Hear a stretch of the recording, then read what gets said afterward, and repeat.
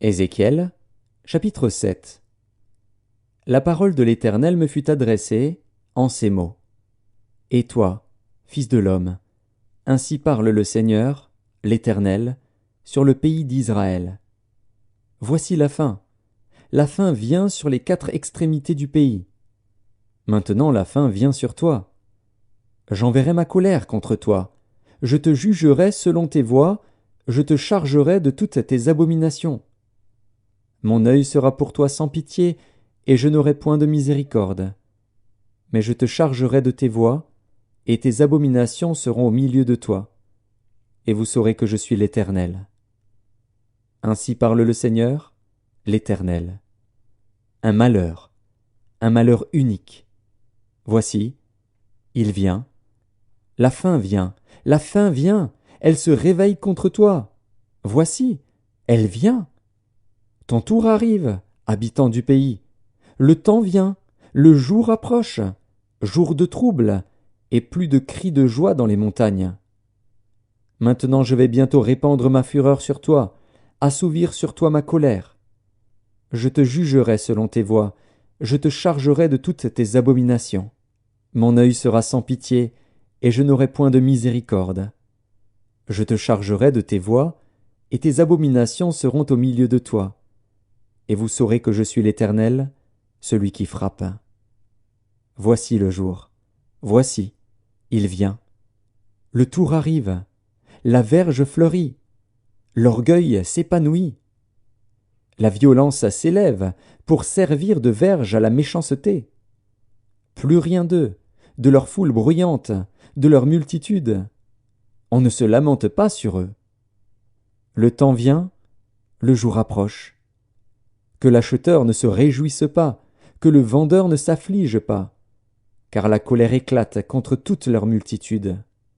Non, le vendeur ne recouvrera pas ce qu'il a vendu, fût-il encore parmi les vivants, car la prophétie contre toute leur multitude ne sera pas révoquée, et à cause de son iniquité, nul ne conservera sa vie.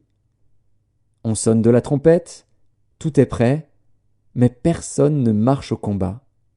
Car ma fureur éclate contre toute leur multitude. L'épée au dehors, la peste et la famine au dedans. Celui qui est au champ mourra par l'épée, celui qui est dans la ville sera dévoré par la famine et par la peste. Leurs fuyards s'échappent, ils sont sur les montagnes, comme les colombes des vallées, tout gémissant, chacun sur son iniquité. Toutes les mains sont affaiblies, tous les genoux se fondent en eau. Ils se saignent de sacs, et la terreur les enveloppe. Tous les visages sont confus, toutes les têtes sont rasées. Ils jetteront leur argent dans les rues, et leur or sera pour eux un objet d'horreur. Leur argent et leur or ne pourront les sauver au jour de la fureur de l'Éternel. Ils ne pourront ni rassasier leur âme, ni remplir leurs entrailles, car c'est ce qui les a fait tomber dans leur iniquité. Ils étaient fiers de leur magnifique parure, et ils en ont fabriqué les images de leurs abominations, de leurs idoles. C'est pourquoi je la rendrai pour eux un objet d'horreur. Je la donnerai en pillage aux mains des étrangers, et comme butin aux impies de la terre, afin qu'ils la profanent. Je détournerai d'eux ma face, et l'on souillera mon sanctuaire. Des furieux y pénétreront, et le profaneront. Prépare les chaînes, car le pays est rempli de meurtres, la ville est pleine de violence.